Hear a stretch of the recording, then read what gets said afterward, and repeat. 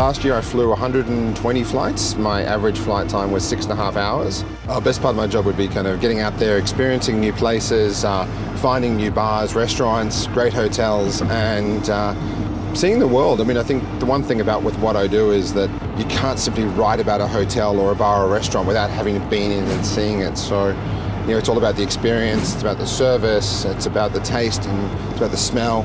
Top travel tips, they're always a tricky one because everyone's just going to say primarily is carry on only. I think the key is really not overpacking. That's one of them. I think I pack for a few days, then go and try and find a laundromat to go and get my clothes done. Other than that, I think definitely if you are flying, good example, if you're flying Sydney to London on British Airways, I would use the lounge in Singapore. I'd have a shower, I'd freshen up.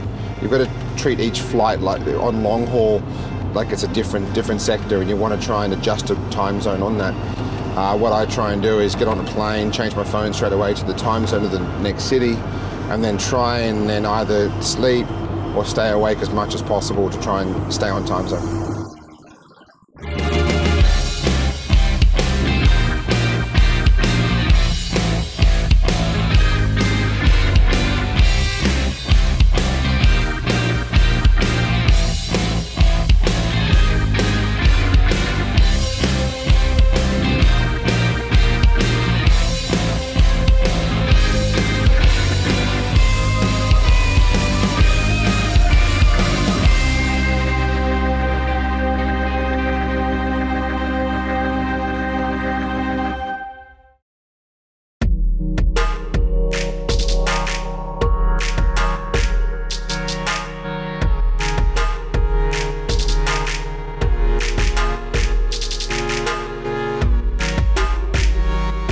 We're here at the Dorchester in London. The hotel's 85 years old this year, and the barman here, Giuliano, has been around for 35 years. Giuliano, that's a long time in any job, let alone making cocktails for 35 years. You would have seen trends change like the wind in cocktails, but this is a real place about the classics, isn't it?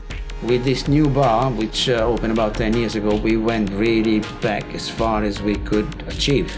And how often are you getting requests that, you know, for drinks that aren't on your menu? A lot of people coming in knowing exactly what they want, and obviously your job to make sure that your staff as well know how to make them. Well, it's very interesting because, I mean, I'm very lucky. I've got a team of very talented bartenders. If it is a classic and we have the ingredients, it's actually fun to do something that you haven't come across before. And what are some of the more recent cocktails people are ordering in London at the moment? What are the favourites? Negroni is bigger and bigger. Well, it's very interesting because we're going back to a classic. We've always had Negroni. We make our own version and we call it Conte, which is slightly different but still just as good. Fantastic. Well, thank you for your time and look forward to trying some of your drinks later on today. You're very welcome. Thank you. Well, Paul, we're on the rooftop of the Dorchester Hotel at the Harlequin Suite, and mate, this view is probably one of the many reasons why people want to stay in this room. It is, as you say, it's the Harlequin Suite. It's one of the most prestigious suites in the hotel, and this view is a big asset. Mate, love to get a bit of a tour of the suite if you don't mind. Please. This is obviously the main part of the suite with the lounge room, and very spacious, very comfortable room, isn't it? It is indeed. The styling is, we wanted to sort of capture the Hollywood glamour of the hotel. We've had many stars stay here through the years. This suite was a particular favourite of Elizabeth Taylor. Now, you're the head butler here at the hotel, and what's the modern day role of a butler nowadays, and where have you come from in your background and your career? I started off at Buckingham Palace. I walked in on my 18th birthday, and yeah, basically the whole concept of the butler, I wanted to bring a household service into the Dorchester. It's such an iconic London hotel, a British hotel, that it needed something befitting that. So as soon as guests knew you worked at Buckingham Palace, obviously the first request is meet the Queen. Of course, yeah, it is, yeah. It's amazing. The amount of people that think I can get private visits and private tours is unreal. You must have some pretty good requests over the years, though, you know, from people wanting special VIP experiences, from, you know, the races to shopping to helicopters and everything. Yeah, we do. I mean, we try and do most things. We get a lot of last minute requests. I think people believe that London as a city never sleeps. So we get requests for like a room full of flowers, sort of in the middle of the night. But where we can do it, we always strive to.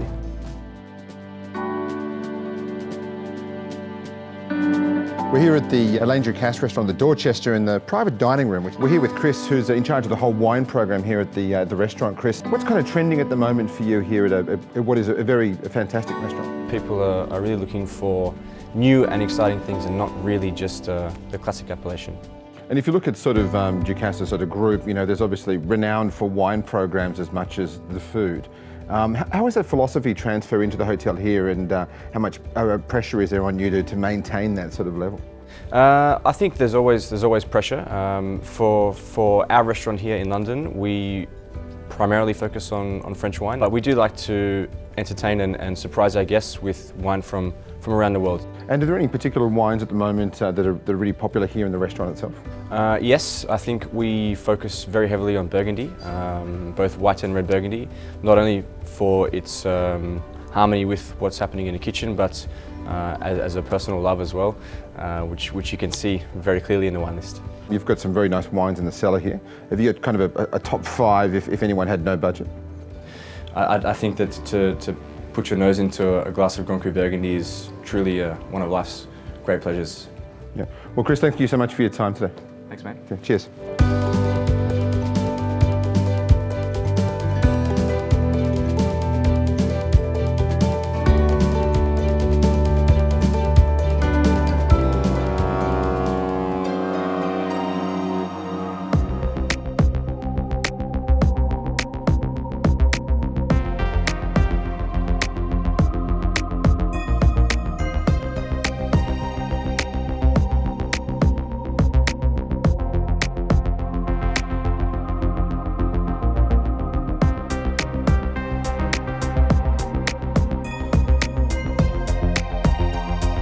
Well, down on the Thames and opposite Blackfriars is one of the most popular designer hotels in the British capital, Mondrian at Sea Containers. Now, we're going to take you behind the scenes. We're going to have a look at some of the fantastic suites in the hotel, and we're going to meet the team behind the successful Dandelion, currently the best hotel bar in the world.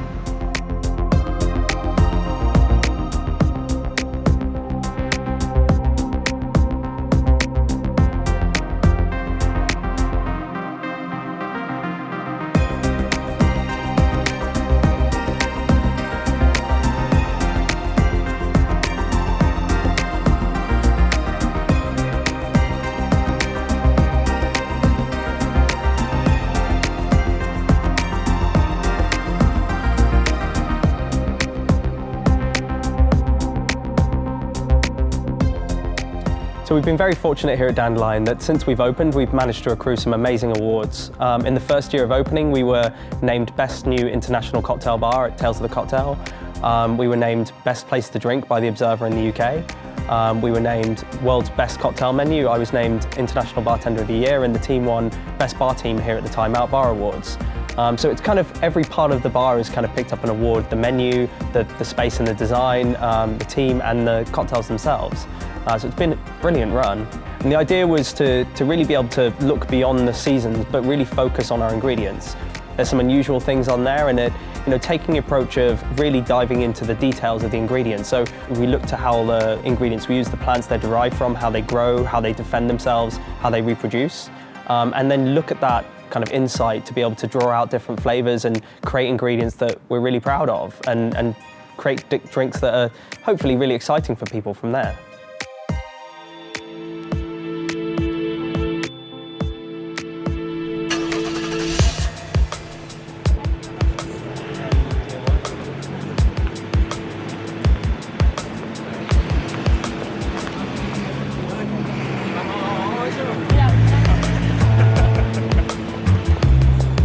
Well, we're here in Hackney, in East London. So to find out really where to go and what to do, I've enlisted the help of two of the industry's great fashion legends. Stuart Trevor, who founded All Saints some years ago, and also Tim Awan, who's the founder of Moy here in London. So, boys, before we go and have a look at the Marksman, one of your favourite pubs, let's go and check out a bit of Shoreditch first. Yeah, cool. Yeah, let's do that.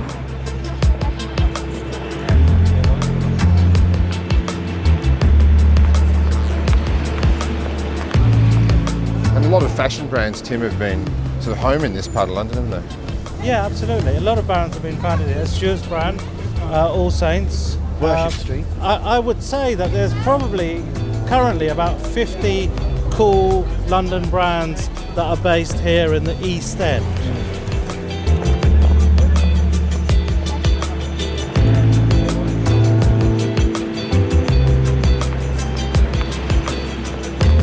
This is Justin Deacon's shop. he dresses Mick Jagger, the Stones, the Who. I mean, he gets all the coolest rock bands.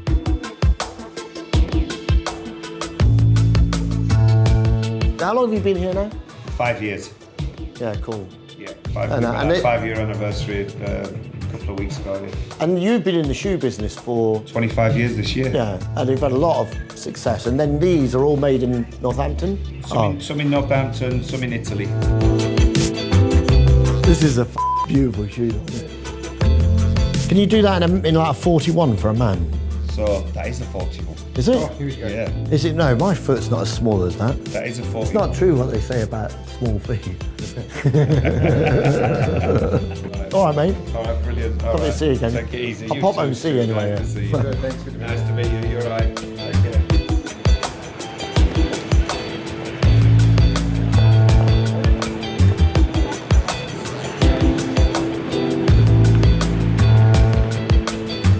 So if you look at sort of this area, very obviously popular, very busy area now, and when you started All Saints, some 20-something years ago, Yeah. it's changed a lot, hasn't it? Well, yeah, well, I started in Worship Street, which is just over the back there.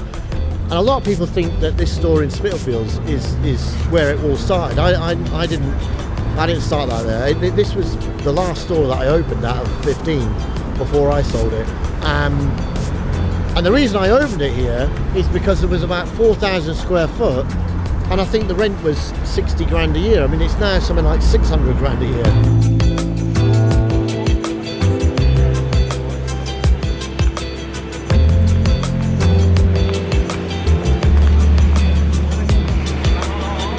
The underground art scene is still quite prevalent.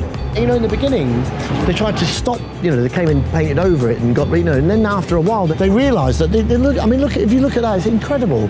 And the people fly in from all over the world just to come and look at what these street artists are doing. Yeah. It starts out as graffiti, but these I mean, obviously, this is how Banksy started, and, Stick and several other people. So we're back at the Marksman, should we have a pint? Yeah, let's go in for a pint of beer. Oh, absolutely. Beautiful.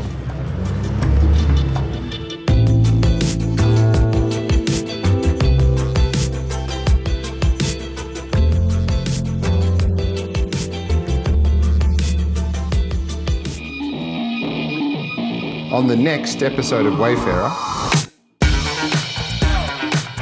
we're here at the Strand, home to the iconic Savoy Hotel. It's famous for serving up some of the world's most classic cocktails. We're one of those classic piano bars, one of the last few remaining. It's got a very unique buzz, a very unique energy. So the cocktail trolley allows us to do the cocktail old-fashioned tableside and give a sense of bespokeness and also a luxurious touch.